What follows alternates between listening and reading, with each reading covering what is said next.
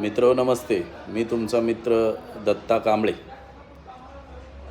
आजची आपल्या या भारत देशातील ताकदवर राज्य म्हणून ओळखले जाणारे महाराष्ट्र आणि या महाराष्ट्राला महाराष्ट्र कायम ठेवण्यासाठी अनेक हुतात्म्यांनी आपले अर्पण केलेले प्राण आणि आजची स्थिती पाहता महाराष्ट्राची स्थिती ही अत्यंत बिकट. परकीय राज्यातील लोकांचं आक्रमण आणि ते मोठ्या ताकदीनं आक्रमण, त्यामुळे महाराष्ट्राची संस्कृती, महाराष्ट्राचं हित या ठिकाणी मातीस आणि धुळीस मिळताना दिसून येत आहे.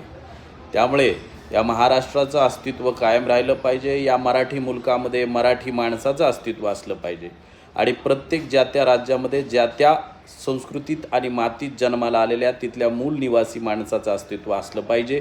त्याचप्रमाणे महाराष्ट्र आज आपला राहिला आहे का याचा विचार खऱ्या अर्थानं करणं काळाची गरज वाटते. त्यासाठी मराठी बाणा आणि पाठीचा कणा पुन्हा एकदा ताठ करणं आवश्यक. धन्यवाद.